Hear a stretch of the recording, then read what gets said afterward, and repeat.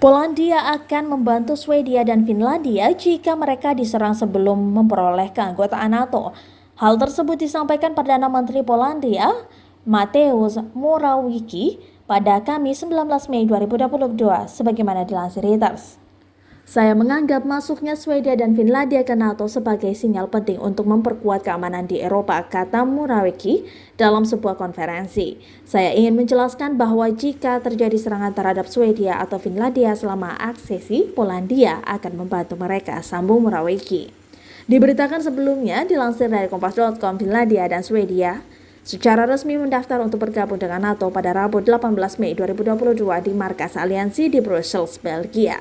Kini, kedua negara Nordik tersebut akan memulai proses bergabung menjadi anggota NATO. Swedia dan Finlandia merupakan negara yang netral selama Perang Dingin, sebagaimana dilansir Reuters.